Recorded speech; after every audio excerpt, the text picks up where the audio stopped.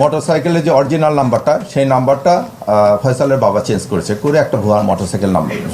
আসামি বর্ডার পার হয়ে চলে গেছে কিনা এই বিষয়টা আমাদের কাছে সুনির্দিষ্ট তথ্য, আমরা এখনও কনফার্ম হতে পারিনি যে সে হয়ে চলে গেছে।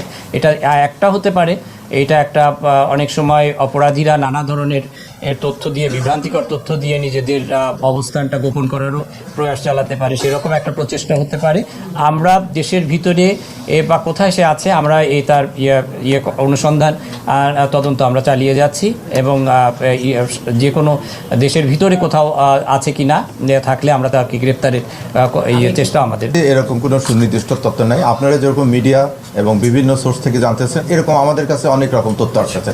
তদন্তের সাথে আমরা সবগুলো তথ্যই যাচাই বাছাই করছি। প্রাথমিকভাবে এখনও এটা জানা যায়নি, মনে হচ্ছে যে ব্যক্তিগত কোনো শত্রু না, এটা কোনো রাজনৈতিক থেকেই হত্যাকাণ্ডটা সংঘটিত, এটা আমাদের প্রাথমিকভাবে ধারণা। আপনারা যেহেতু জানেন যে এখনও আমরা মূল আসামি ফয়সাল এবং আলমগীরকে গ্রেপ্তার করতে পারিনি, কাজে ওইভাবে জানা আছে। এখন ঘটনাটা যে ঘটেছে এই ঘটনা সংশ্লিষ্ট তাকে আশ্রয় প্রশ্রয়দাতা, তাদের অস্ত্র পজিশনে রাখা, এই সমস্ত আসামিকে আমরা জিজ্ঞাসাবাদ করে এটাই আমরা তদন্তের না সিরিয়াসলি নিয়ে এই ঘটনা সংক্রান্ত 10 জনকে গ্রেপ্তার করা হয়েছে। যে ঘটনা ব্যবহৃত মোটরসাইকেল উদ্ধার করা হয়েছে, তারপরে গুলি যে আর্মস ব্যবহার হয়েছে সেই আর্মস ব্যবহার করে চলেছে এবং আমরা প্রতিনিয়ত যেখানে সম্ভাব্য যেখানে জানতে পারতেছি যে আসামিদের অবস্থান সেখানে আমরা অভিযান পরিচালনা করতেছি। এটা এতগুলো এজেন্সি আপনারা দেখছেন যে আজকে আমরা এতগুলো এজেন্সি বসেছি এবং ঘটনার শুরুর থেকে কিন্তু আমরা সর্বাত্মকভাবে সবাই মাঠে ছিলাম। কাজে আপনি যেটা বলতেছেন যে এটা সরকার গুরুত্ব দেয়নি, এই কথাটা মনে হয় আমরা এটাও মাথায় নিছি নিয়ে এটা আমরা না এখন এটা তো বলা যায় এটা তদন্তাধীন বিষয়। এরকম আপনি যেটা বললেন যে ভারত থেকে ছুটে আবার ফেসবুকে এটাও দেখলাম যে সে ঢাকা শহরের এক জায়গায় আছে, বিভিন্ন তথ্য আসতেছে। তার তদন্তের স্বার্থে যেহেতু এটা আমরা সর্বাধিক গুরুত্ব দিয়ে বসতেছি, আমরা সবগুলো খুঁজতেছি, সবগুলো যে সম্ভাবনা আছে সবগুলো সম্ভাবনায় আমরা দেখতেছি।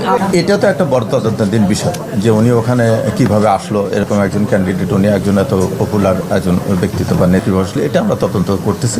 এটা কোনো টাইম ফ্রেম দেওয়া যাবে না, এটা কোনো টাইম ফ্রেম দেওয়া যাবে না, আমরা সর্বোচ্চ গুরুত্ব দিয়ে করতেছি। এটা আপনারা বলতে পারবেন ব্যর্থ আছে কিনা, আমরা আমাদের কিন্তু সর্বোচ্চ প্রচেষ্টা অব্যাহত রেখেছি। আমাদের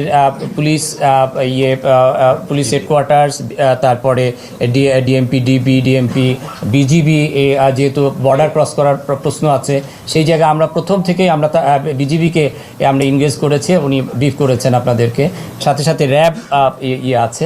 এইটা এখন যে কোনো একটা ঘটনা ঘটে এবং এইটা অনেক সময় দ্রুততার সাথে সাথে গ্রেপ্তার করতে আমরা সক্ষম হই, অনেক সময় ইট টেক্স টাইম। তো আপনাদেরকে আমি অনুরোধ করব যে এই ক্ষেত্রে আমাদের প্রচেষ্টার কোনো ঘাটতি আছে কিনা এটা আপনারা যদি মূল্যায়ন করেন আমাদের উপর সুবিচার করা হবে।